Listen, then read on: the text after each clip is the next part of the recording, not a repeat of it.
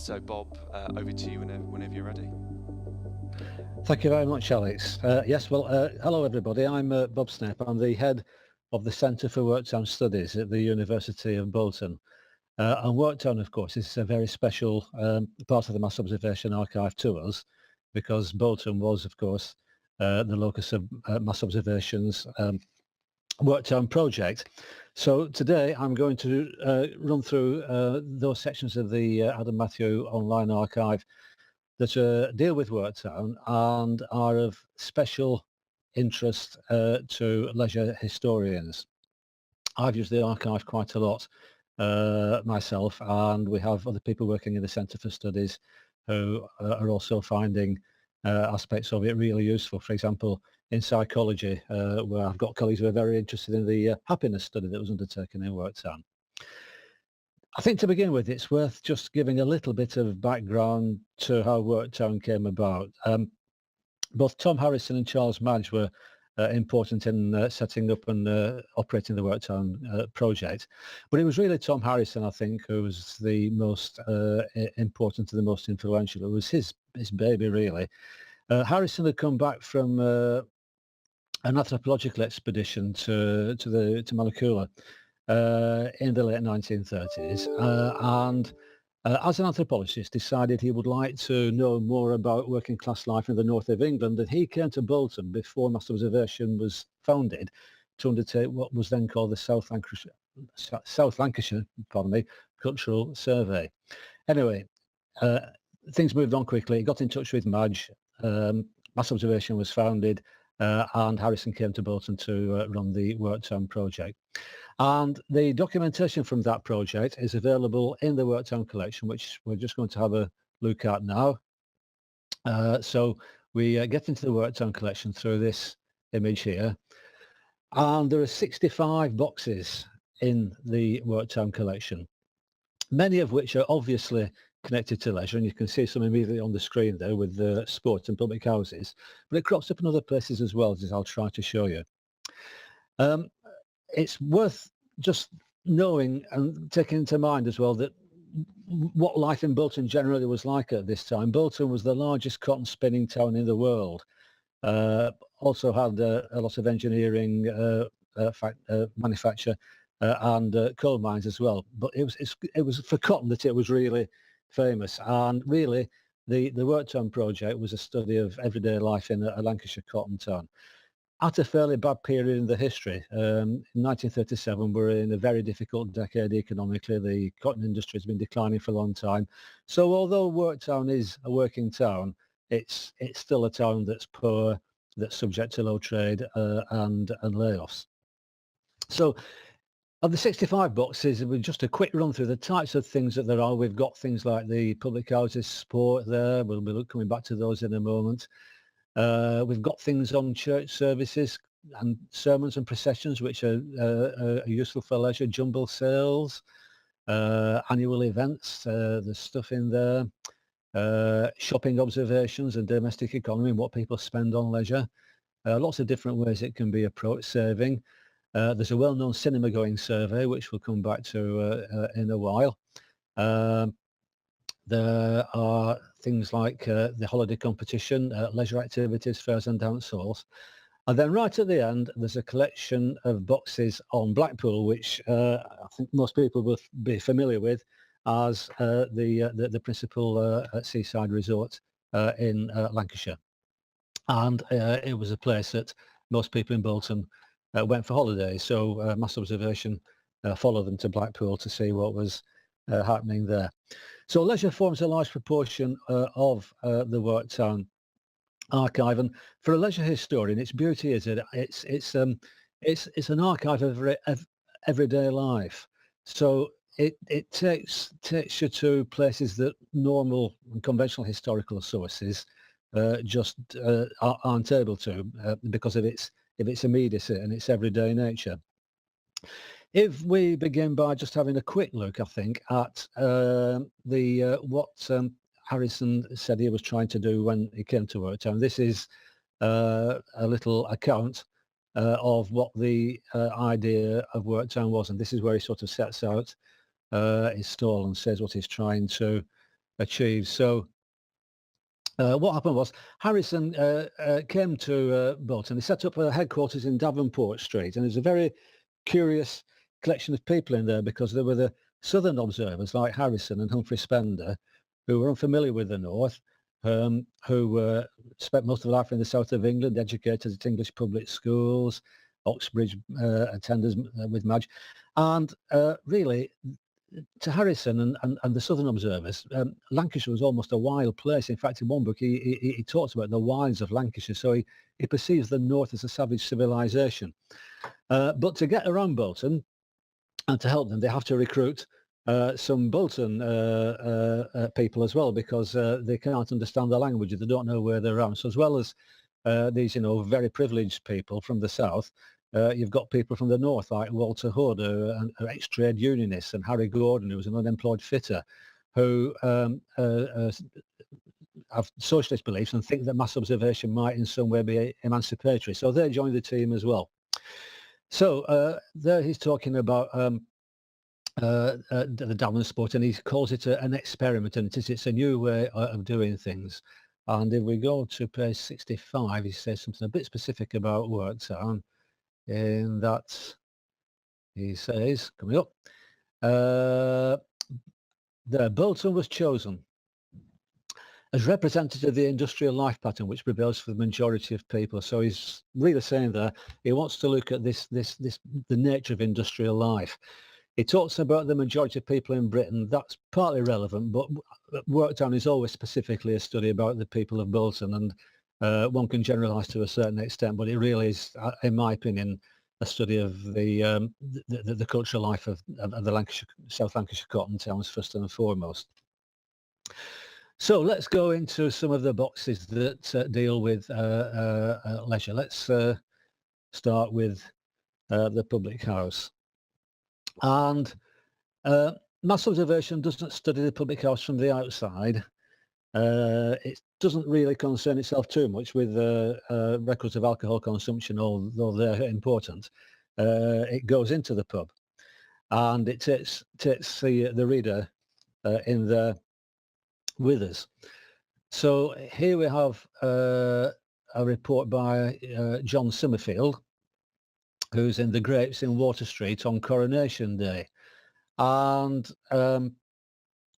here's basically an insight to how people are behaving. And Harrison said something very interesting about the pub. He said it was one of the only buildings in Bolton in which people's activities weren't arranged for them by somebody else. In fact, it was the other way around. It was everyday life that made the space of the pub. So that kind of, for me, links to De Courteau's idea of produced space. It's this idea that what the pub is produced by the actions and the people within it. So we have access to conversations and what they're doing, and the language and the irreverence that people often display, sometimes mild and sometimes not so mild. So that takes us right into the pub. We know what it's like. We know how many people are in, what they're wearing, what they're drinking, and we get insights to some conversations. I think we can go to the next page as well, just to get a bit more on that. So there's an awful lot of boxes on the pub. So there's a lot of this kind of stuff where it's really about observers sitting in pubs, remaining unobserved themselves, because that's a cardinal condition of observation, watching and basically eavesdropping, and sometimes making assumptions about people they see. They always seem to sort of feel that unaccompanied women are sort of ladies of ill repute, which is probably not the case, but that's the kind of subjectivity that does creep in, as we'll see again later on, and there's a sort of supposition there might be some sort of underground affair. We'll come back to the pub later on, because we'll have a quick look at the pub and the people. Let's go to the back of the pub, where there will be a bowling green, and we find those in the boxes on sport bowling. Now, there's some interesting things in this.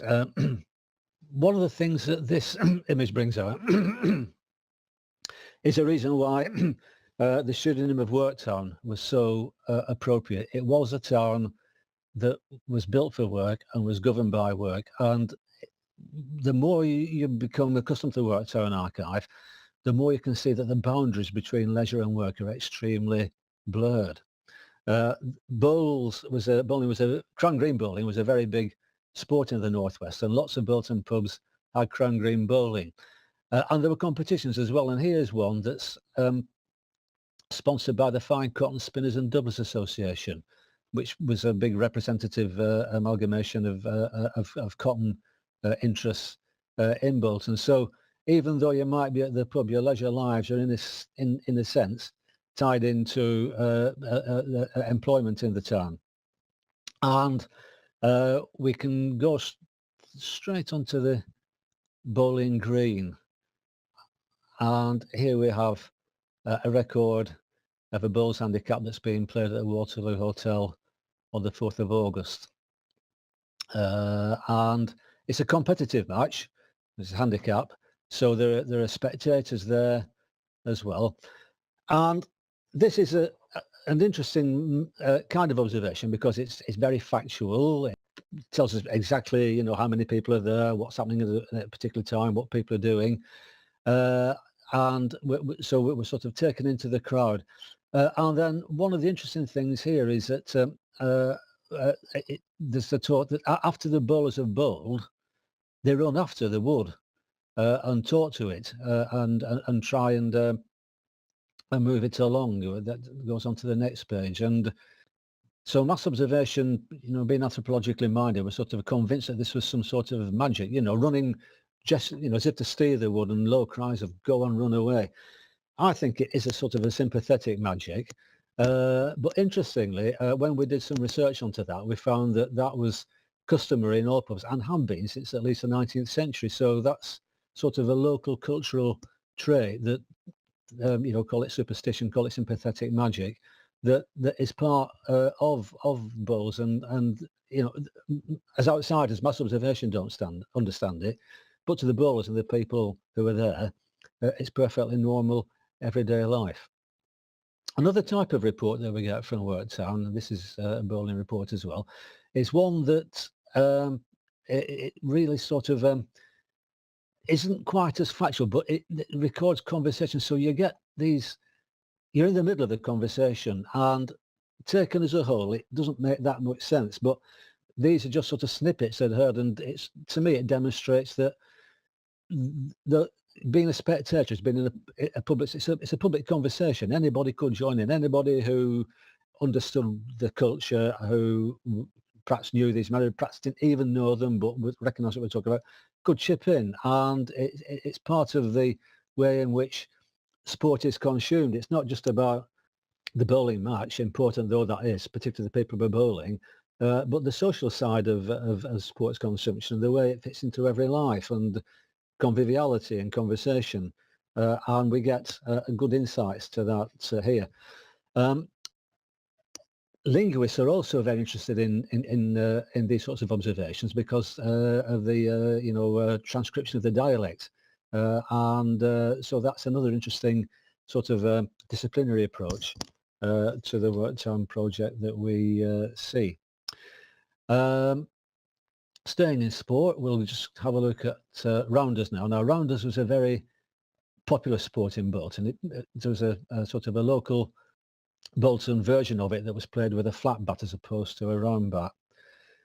So again, we'll go to a couple of specific observations to have a look.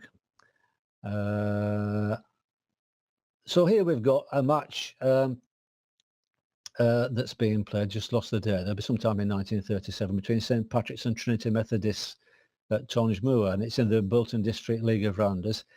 Interestingly, it's played at Tootle, Broadhurst and Lee Sports Ground, High Swan Lane. Now, they were probably the biggest cotton firm in Bolton, as many employees did in the interwar period, built very well-equipped sports grounds and also sponsored sport as well. So again, you know, the idea that the boundary between the factory and leisure is not watertight at all. There's a bit of description of Tootles there, and then a few pages later we find out that Tootles themselves have a factory bowling team, and in here you can see there Tootle Broadhurst and Lee Large Weaving and Manufacturing versus Eagle. So they've got teams that are playing in the Bolton Sunday Schools Social League as well. So that really sort of, puts leisure in its everyday context. It's partly to do with work. It's played in the Sunday School Social League.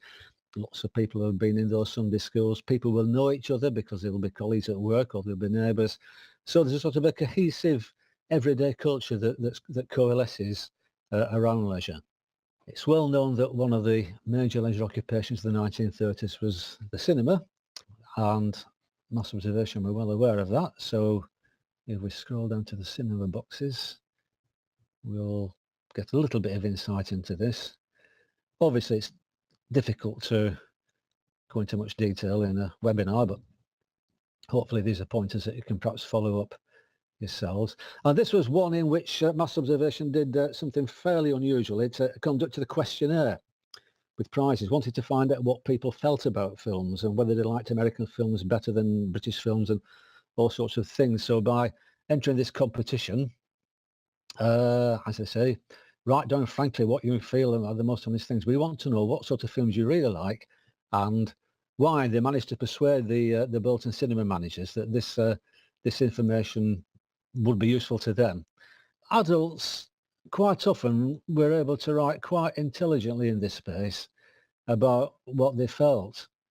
As this gentleman who's 61, probably fairly experienced, and quite a well-written account there in answer to the comments, and this is again takes us into people's views of what's provided, their views of leisure, not what theorists from above think. It's sort of leisure from information from the grassroots consumption of leisure. We'll move on because I know we've got to move on quickly. We'll just have a quick look at Blackpool before we get into the final part. There are at least 4 boxes on Blackpool, so it's something that Mass Observation paid a great deal of attention to. Of course, not everybody in Blackpool was from Bolton, but nevertheless, it's Blackpool did appeal very much to the people who worked in the Lancashire cotton industry, and it's a fair bet that that there'll be people from Rochdale and Oldham and other cotton towns as well. So if we go to 56A, we can devise a couple of little bits of interesting things here, because there are always a few questions in my mind about the Mass Observation. Sorry, we've gone to the wrong box. The approach of the observers. I think I mentioned before that some of them perhaps had a vaguely arrogant approach to the people that they were observing. So it's so again, this features John Summerfield, who we met before, and he's arrived in Blackpool with well, John Summerfield was a communist novelist. Walter Hood was a trade unionist, and Michael Wickham I don't know much about, but apparently he was a sort of a bon vivant. But they're all up in a Bentley. These mass observers have arrived in Blackpool in a Bentley car, which is quite unusual in Blackpool. And the first chap they meet assumes that they want to use the Bentley to pick up girls.